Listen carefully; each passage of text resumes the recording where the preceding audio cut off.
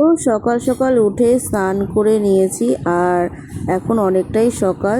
তো দেখে বুঝতেই পারছো চুল ভেজা, এখনও মোছা হয়নি, আর একটু রেডিও হয়ে নিচ্ছি হালকা করে। তো দেখো এখন কেবলই সকাল 6:30 বেজেছে। তো এরপরেই আমরা রেডি হয়ে বেরিয়েও পড়েছি, আর এখন টোটোতে উঠে পড়েছি। তো এরপরে ধরবো ট্রেন। তো জানি না ট্রেনটা ঠিকঠাক টাইম মতন পাবো নাকি, আর হ্যাঁ ঠিকঠাক টাইম মতনই পেয়েছিলাম। আর এই যে উঠে পড়েছি, তো বসার সিট পাইনি, সকালের ট্রেন তাও পাইনি।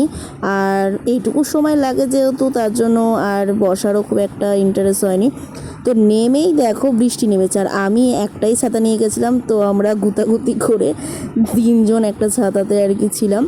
তারপরে এসেছি ডালা কিনতে। এবার আর বাড়ি থেকে সব কিছু নিয়ে যাইনি, এবার এখান থেকে ডালা কিনে নিয়েছি তো মার জন্য। এখন দেখো মন্দিরের সামনে চলেও এসেছি।